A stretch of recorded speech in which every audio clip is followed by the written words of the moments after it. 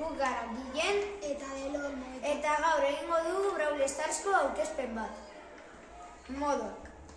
Modo ezberdinak daude, adibidez, cargamento, robo de regalos, duelos eta supervivencia. Nubes berenez. Daude odei batzuk bizitza kentzen dutela eta oso arriskutsuak dira. Pase de batalla. Irabazten duzunean XPak ematen dizute eta pase batallan sariak ematen dizute. Misiones. Brawler bakoitzarekin misioak dituzu eta XP gehiago ematen dizute pase batallan. Camino de trofeos. Irabazten duzunean 10 kopa ematen dizute eta erabiltzen dira sariak lortzeko. Kompetitibo.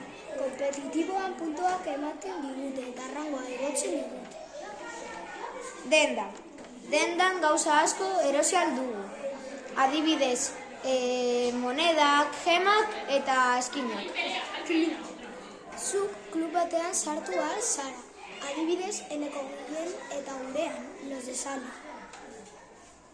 Habilidad estelar eta gailu. Erabiltzen dira guri laguntzeko eta indartsuak izateko.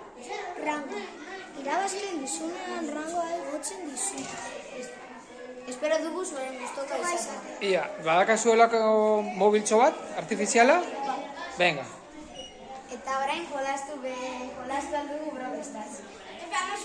Ez, ja. Kill bat?